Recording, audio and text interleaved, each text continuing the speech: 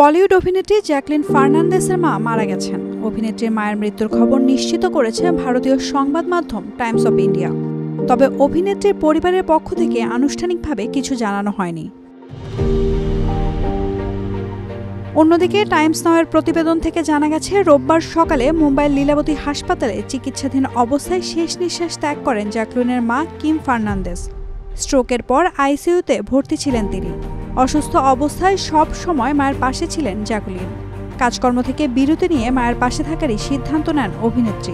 এছাড়া ভারতীয় প্রিমিয়ার লিগের উদ্বোধনী অনুষ্ঠানে পারফর্ম করার কথা থাকলেও অংশ নেননি তিনি।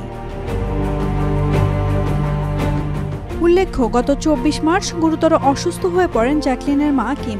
লীলাবতী হাসপাতালে আইসিইউতে রাখা হয় তাকে। মস্তিষ্কে রক্তক্ষরণজনিত সমস্যায় মারা যান তিনি। সকাল থেকে হাসপাতালে রয়েছেন জ্যাকলিন, তার বাবা এলরয় ফার্নান্দেস ও পরিবারের সদস্যরা। নাওমিনা স্টিন, daily sun. For more updates, follow us on Facebook, subscribe our YouTube channel, get the latest update on www.daily-sun.com.